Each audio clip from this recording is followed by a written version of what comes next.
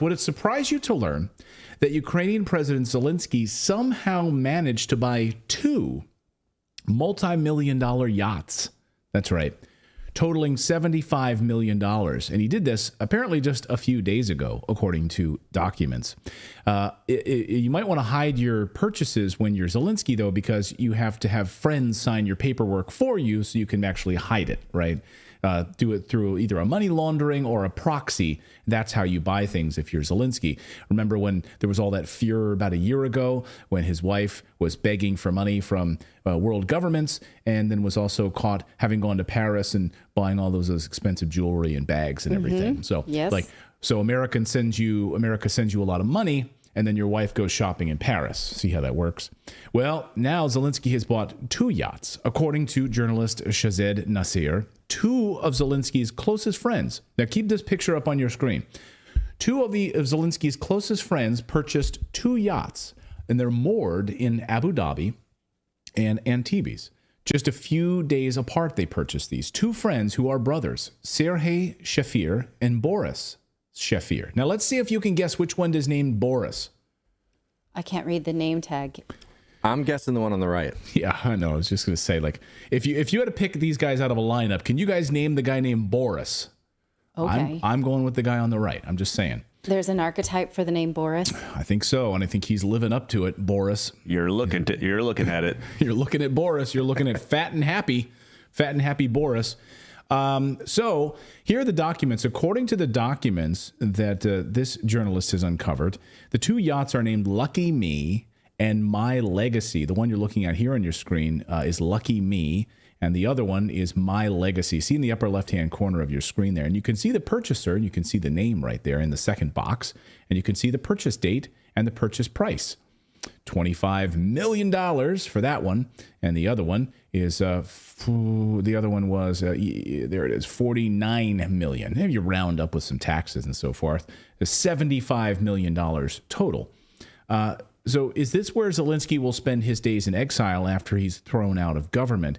You can take a look and see what the My Legacy yacht looks like on for sale, and you can see the beautiful photos, and they do a full video and fly over with drones, so you can really get a sense of it, you know? Oh, I look forward to watching our government seize it when he's called a Ukrainian oligarch. Right, exactly. That'll never happen. Well, I was going to say, he can take it to sail to Italy and stay in his villa, right? His $50,000 a month villa. Oh, yeah.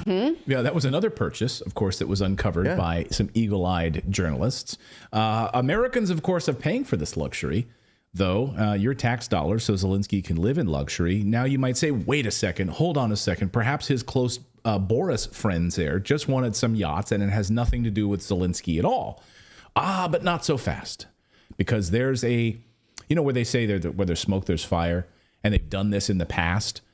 And according to the Pandora Papers, we've covered this extensively here on the show. The Pandora Papers revealed Zelensky used these proxy buyers before for other proxy purchases using offshore accounts in the Virgin Islands and Belize.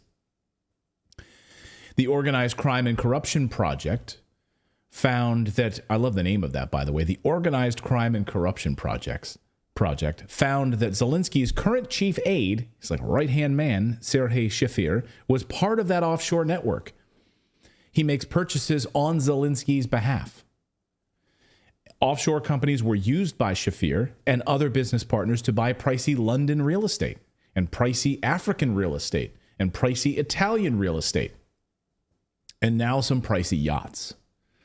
As Politico magazine points out in a new profile spread just released today, and I can't believe Politico released this, Zelensky played the role perfectly, as they say, as they honored him with their Most Powerful Men Award. So you know how like Time magazine has their Person of the Year? Well, here's Politico with their Most Powerful, and he's labeled Most Powerful because, quote, Ukraine's president brought the war to the West, convincing people that his battle against Russia is also theirs, and giving him the authority to make Europe do what he wants. Can you believe Politico wrote that? Another word for that would be thug. Yeah? Yeah. Instead of most powerful person, thug of the year? Well, that's basically the definition of a thug, is to bring your dirty business to other people to fight for you and then bend others to your will, right? Bend the knee to the thuggery. No, it doesn't. Okay. Yeah, You could bend the say knee. Bend the knee, but that's bend not. the knee, giving him the authority to make Europe do what he wants. That's Politico. Those aren't my words. That's Politico magazine. With that thug-like sketch. I mean, that's not meant to be a flattering sketch. That's no longer he's the guy who doesn't need a ride anymore. Like, I do want to say, remember the accusations of making, can we leave that up on the screen for a little bit? If we look at the way the media portrays people, recall that Time magazine darkening Obama's skin, or the caricatures that we've seen of Trump.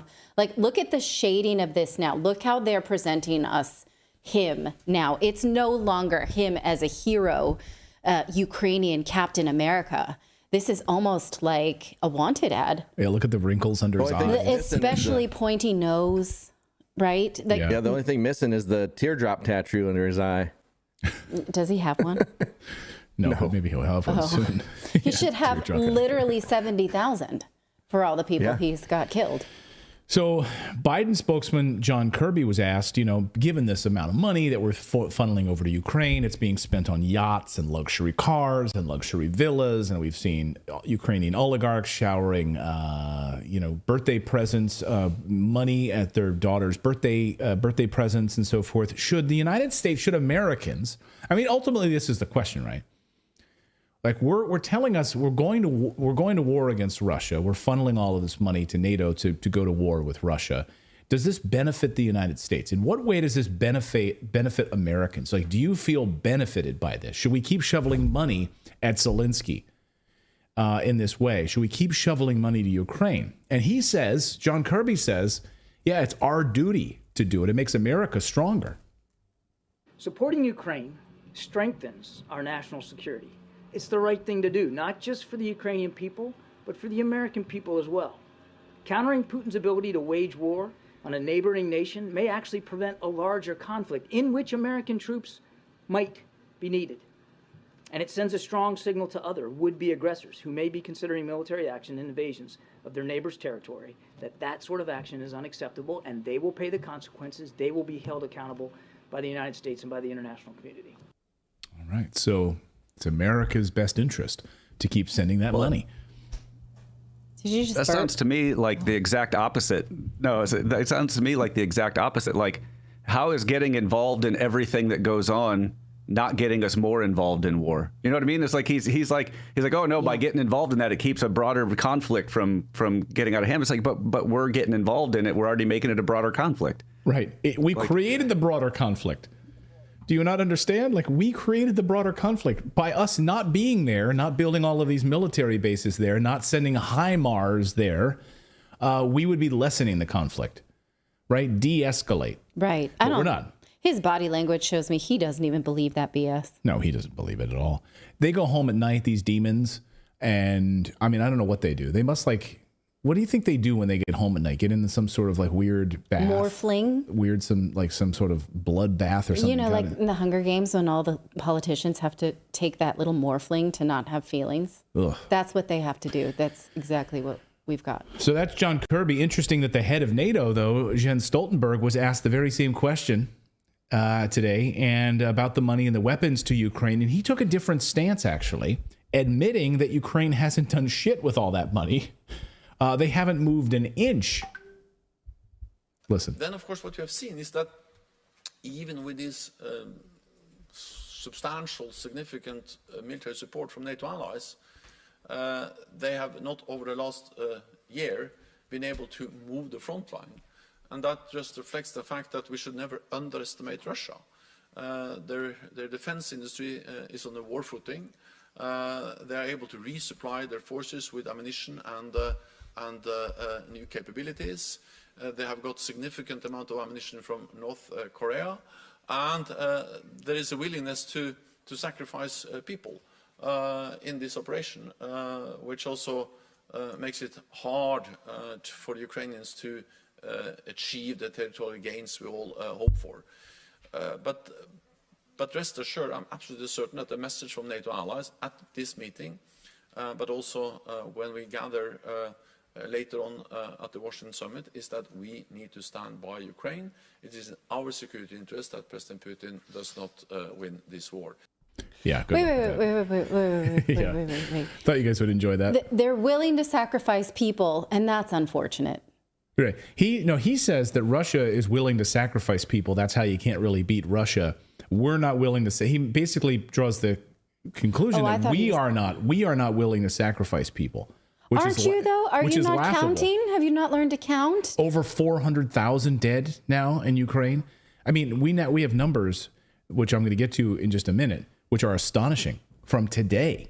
New numbers about how many Ukrainians are dying every day right now. Like, but Russia is only concerned. No.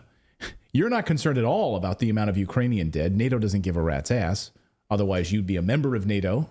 No, they're proxy deaths. They're not ours. They're theirs. At all. They don't care. NATO is killing these people left and right, and they don't care about it.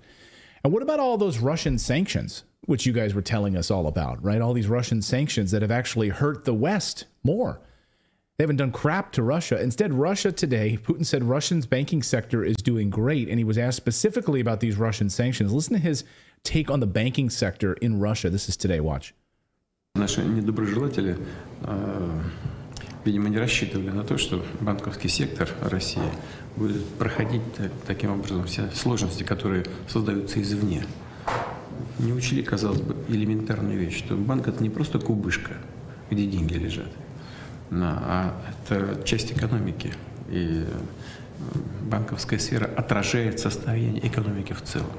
Безусловно, конечно. Ну и банковский сектор готовился, конечно, к разному развитию ситуации, но экономика оказалась устойчивой, поэтому мы видим экономический рост. И банк функционирует. На этой базе, конечно. Да. Ну и знаете, все-таки еще раз показало, что нас не удалось изолировать. Поэтому вот расчеты в национальных валютах идут с дружественными странами очень активно, невзирая на всякие вторичные санкции и прочее. Yeah. So he looks actually pretty healthy for a guy the West told us died last month. Twice. I think he died twice last month, right? Putin did. Thank you so much for watching this segment here at Redacted. We are live every day at 4 p.m. Eastern Time, trying to share the stories that the mainstream media will not cover. You should also come over and join our community of Redacted Rebels over at redacted.inc. That's our private locals community where we can share exclusive content that we simply cannot share here on YouTube. Come over and join the rebellion together right now by going to redacted.inc. We'll see you next time.